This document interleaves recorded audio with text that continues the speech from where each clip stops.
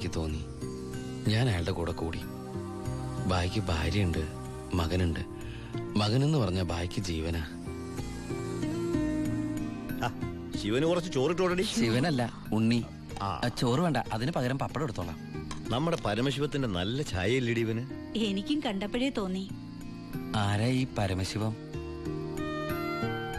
പണ്ട് ലോറി താവളത്തിൽ നിന്ന് കിട്ടിയതാ അവനെ. പിന്നീട് എനിക്ക് എന്റെ സ്വന്തം അനിയനെ പോലെയായി. 4 കൊല്ലം മുമ്പ് ഒരു ലോറി ആക്സിഡന്റിൽ അവൻ. ഇന്ന് വഴിയോരത്ത് നീ നിൽക്കണ കണ്ടപ്പോ ഞാൻ അവനെ ഓർത്തുപോയി. അതാ നിർത്തിയത്. എന്നെ ആ അനിയനായിട്ട് കണ്ടൂടെ? അതിനെന്താടാ ശിവ? ശിവനല്ല, ഉണ്ണി. എനിക്ക് നീ ശിവൻ തന്നെയാ. അങ്ങനെ ഉണ്ണി എന്ന ഞാൻ ബായിക്ക് ശിവനായി. ബായിക്ക് ഈ പരിപാടി സ്വന്തമായിട്ട് തുടങ്ങിക്കൂടെ? നീ വിചാരിക്കും പോലെ അത്ര നിസാരമല്ല കാര്യങ്ങള്.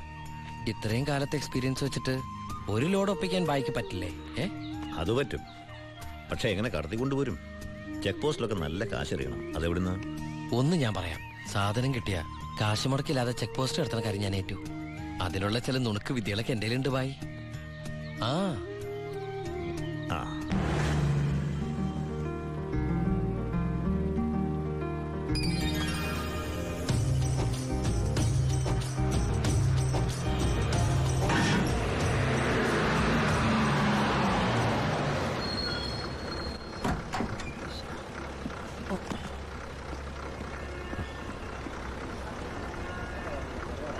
സാറേ, വണ്ടി. എന്താണ് വണ്ടിയില്? ഐസാണ് സാറേ. കുറിപ്പേ കയറി പരിശോധിക്കും സാർ.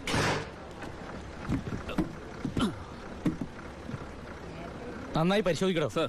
സാറേ പെട്ടെന്നായിക്കോട്ടെ, അല്ലെങ്കിൽ ഐസ് ഇപ്പൊ ഐസ് വാട്ടർ ആവും. സാറേ ഇത് ഫുൾ ഐസാ. ആ അടച്ചേക്ക്. ഓ ചാടിക്കോ ചാടിക്കോ, അല്ലെങ്കിൽ ഐസാവും.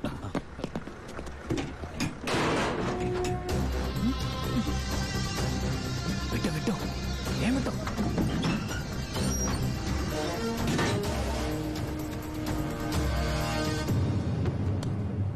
പെട്ടെന്നാവട്ടെ. ശിവ. ആ ഓ എന്റെ പുണ്യാളച്ചോ, നീ ഇങ്ങ് എത്തുന്നത് വരെ ഞാൻ മുള്ളേ നിൽക്കുകയായിരുന്നു. സ്പിരിറ്റ് എന്തേടാ? ദാ ഇതൊക്കെയാ. ഈ ഐസ് കിട്ടേ? ഞാൻ കാണിച്ചുതരാം.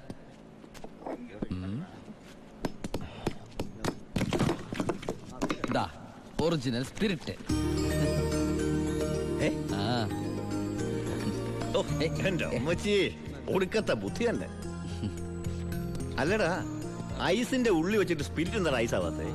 എന്റെ ബായ്, വെള്ളം 0 ഡിഗ്രി സെന്റിഗ്രേഡിൽ ഐസ് ആവും. പക്ഷെ സ്പിരിറ്റ് ഐസ് ആവണമെങ്കിൽ -112 ഡിഗ്രിയെങ്കിലും വേണം. കെമിസ്ട്രി പഠിച്ചതിന്റെ ഗുണ. എന്തായാലും കെമിക്കലി കണ്ടുപിടിച്ചു. കെമിക്കലി അല്ല, കെമിസ്ട്രി. അവൻ ഭയങ്കര തന്നെ. ഇത് എത്ര രൂപയുടെ മുതലാന്ന് അറിയാമോ നിനക്ക്? നിനക്ക് ഞാൻ എന്താടാ തരേണ്ടത്? ഈ ലാഭത്തിന്റെ പകുതി നീ എടുത്തു അല്ലേ? വേണ്ട, ഇത് മുഴുവൻ നീ എടുത്തു. വേണ്ട ബായ്. ബായ്, ആ ചിന്നാടന്മാരെ അവിടെ ജോലി ചെയ്തിരുന്നപ്പോ ഒരു ലോഡിന് എത്ര രൂപ കിട്ടിയിരുന്നേ? 5000 ഉരുവ. ആ 5000 രൂപ മതി എനിക്ക്. അല്ല ഇവര് ഞാനും ബായ് തമ്മിൽ എന്താ വ്യത്യാസം? അങ്ങനെ നീ പല അടവുകൾ ഉപയോഗിച്ച് വാളയാർ ചെക്ക് പോസ്റ്റ് വഴി പലതവണ ഞാൻ സ്പിരിറ്റ് കടത്തി. ഒരു നാൾ പിടിക്കപ്പെട്ടു. ചെക്ക് പോസ്റ്റുകളിൽ ഞാൻ പണം വാരിയെറിഞ്ഞു. ഉദ്യോഗസ്ഥന്മാരിൽ ഭൂരിഭാഗവും എന്റെ സ്വാധീന വലയത്തിലായി. പിന്നെല്ലാം അവരുടെ അനുവാദത്തോടെയായി. ബായിക്ക് വീടായി, കാറായി, ലോറികളായി. ബായിയുടെ വലങ്കയായി ഞാൻ അവിടെ പരമശിവം എന്ന പേരിൽ അറിയപ്പെട്ടു. വാളയാർ പരമശിവം.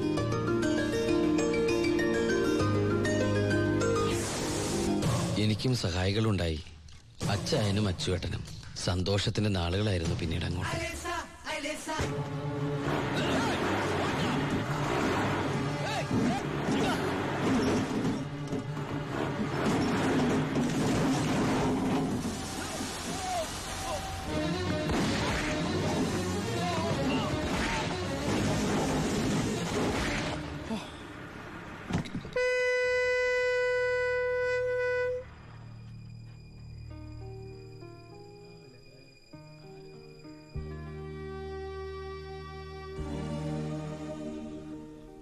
പോലീസ് കേസെടുത്തു. കാറ്, തോക്ക് തുടങ്ങിയ തെളിവുകളൊക്കെ ബായിക്കെതിരായിരുന്നു. ബായിക്ക് വേണ്ടി ഞാൻ കുറ്റേറ്റെടുത്തു. എന്തിന്? ബായിക്ക് ഭാര്യയുണ്ട്, മകനുണ്ട്. ഞാൻ ബാച്ചിലറല്ലേ. ഒന്ന് ജയിലിൽ കയറി ഇറങ്ങിയാലും എനിക്കെന്ത് സംഭവിക്കാൻ? പാവം ബായ്. എനിക്ക് വേണ്ടി ഒരുപാട് കാശ് ചെലവാക്കി കേസ് നടത്തി. അതുകൊണ്ട് എൻ്റെ ശിക്ഷ 4 കൊല്ലമായിട്ട് കുറയ്ക്കാൻ ഭായിക്ക് സഹായിച്ചു. ഈ ഭായിയാണ് ഞാൻ ദുബായിൽ നിന്ന് കാശ് അയക്കുന്ന പോലെ മാസാമാസം കാശ് എൻ്റെ വീട്ടിലെത്തിക്കുന്നത്. എൻ്റെ കുടുംബം അവിടെ ഹാപ്പി. അതുകൊണ്ട് ഞാനിവിടെ ഹാപ്പി. ആ പരമശിവത്തിന്റെ പരോൾ സാങ്ഷൻ ആയിട്ടുണ്ട്. ഓ ആള് കുഴപ്പക്കാരനൊന്നുമല്ലല്ലോ. അല്ല സാർ, തനിക്കെന്താണോ അയാളുടെ കാര്യത്തിൽ ഇത്ര ഇൻട്രസ്റ്റ്? അവനൊരു പാവമാണ് സാർ.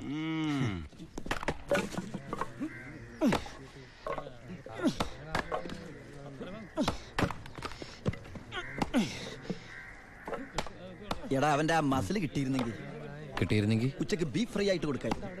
ശ്ശെ.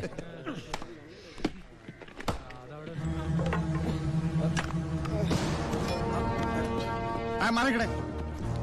എന്തു പറ്റി? ആ ഡോക്ടറെ വിളിച്ചു സാർ. ഒടുക്കത്തെ കരുനാക്ക്. ചത്താ എന്താടാ ഒരാള് കിടന്ന് ഉറങ്ങണേന് ഇങ്ങനെ നീ എന്താ ഇത് വേടി? ആ എല്ലാവരും അങ്ങോട്ട് മാറിക്കട്ടെ. മാറിക്ക്, പുറകോട്ട് മാറിക്ക്. ആ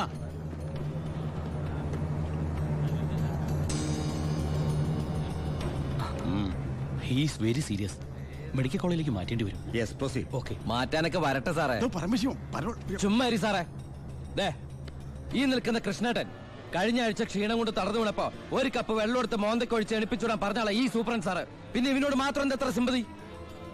നിങ്ങൾ ആരെങ്കിലും കാശ് വെച്ചിട്ടുണ്ടോ? വെറുതെ ഇരി സാറേ. ഇവന്റെ നാവിക്കിട്ട് ഒരു ഒറ്റ തൊഴിലെടുത്തന്റെ അപ്പ എഴുന്നോക്കോ.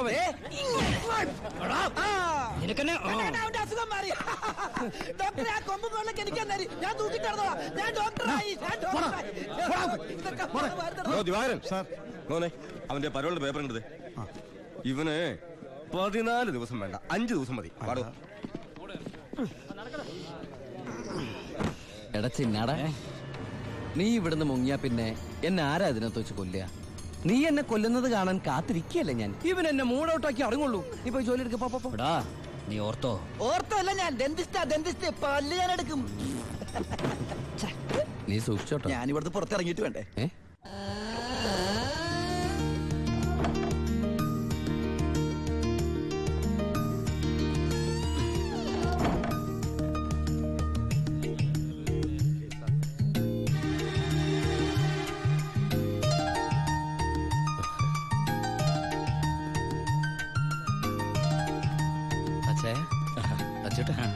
സുഖല്ലേ? ആ ബായി കാശും കാറിന്റെ താക്കോല് ഏൽപ്പിക്കാൻ പറഞ്ഞു. ബായ്. ബായി ലോഡ് അയക്കുന്ന എന്തോ കാര്യത്തിന് ബോംബെ പോയിരിക്കുക. വരാൻ കുറച്ച് ദിവസം കഴിയും. നേരെ വീട്ടിലേക്കായിരിക്കും അല്ലേ? ആ എല്ലാരും ഒന്ന് കാണണം. പറ്റച്ചേ.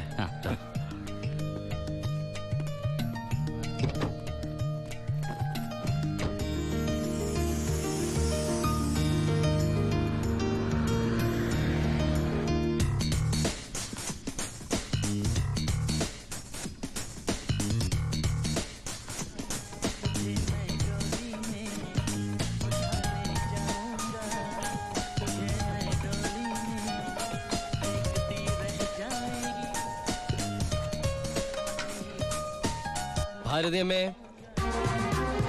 ഭാരതി. ഉണ്ണി,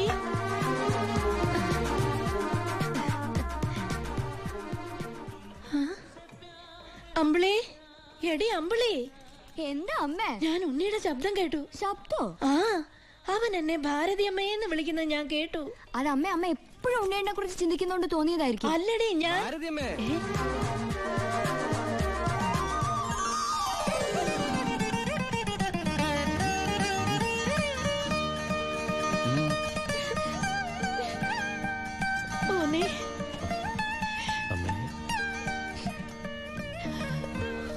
ഉണ്ണി,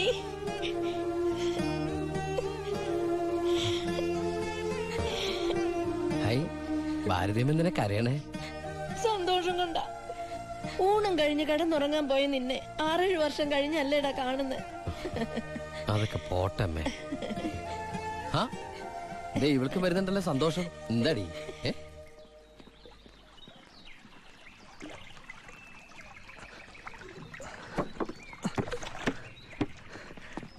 ഉണ്ണിയേട്ടൻ വന്നു. ഓർക്കാപ്പുറത്തല്ല അമ്മേ ലീവ് കിട്ടിയത്. അതുകൊണ്ട് ഒരുപാടൊന്നും വാങ്ങാൻ പറ്റിയില്ല. അമ്മയ്ക്ക് ഷുഗറും പ്രഷറും നോക്കാൻ. പിന്നെ നിനക്ക് മിഠായി ഓടി CD. ഏട്ടാ എടാ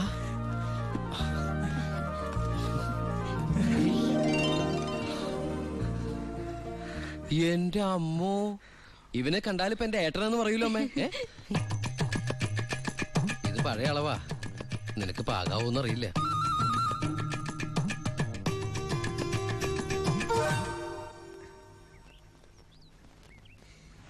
നീ പിടിച്ചേ.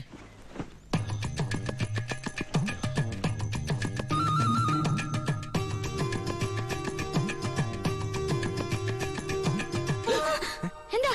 ചുമ്മാ ഒന്നുമില്ല. നീ എന്റെ ഷോൾഡേഴ്സ് നോക്കി. ഏട്ടാ ഇത് ജീൻസ് അല്ലേ? ഓ ജീൻസ് ആണോ? എന്നാ വേസ്റ്റ് നോക്കിയോ.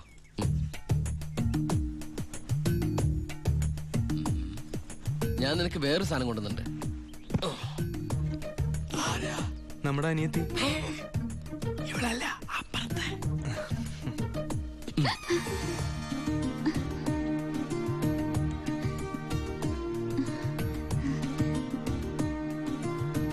ആരാ?